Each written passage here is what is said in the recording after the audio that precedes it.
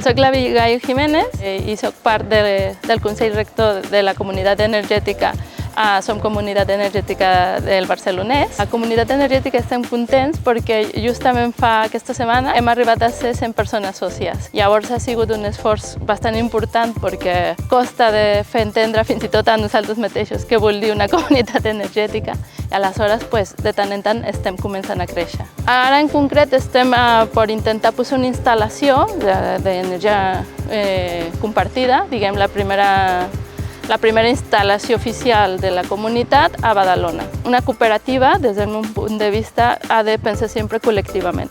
Llavors, potser individualment pot donar una mica de mals de caps, perquè no és una cosa que ja estigui establerta, però al futur, de cara al futur, potser als fills o en general a la societat sí que transformarà la manera en com produïm i com autogestionem els nostres recursos, més enllà de l'energia. Som comunitats, ens pot ajudar i de fet ja ens ajuda perquè ens fa un acompanyament. Llavors, clar, això és una cosa que ha nascut tan nova que fins i tot a l'administració no s'acaben d'enterar com va la cosa, no? O què vol dir una comunitat energètica.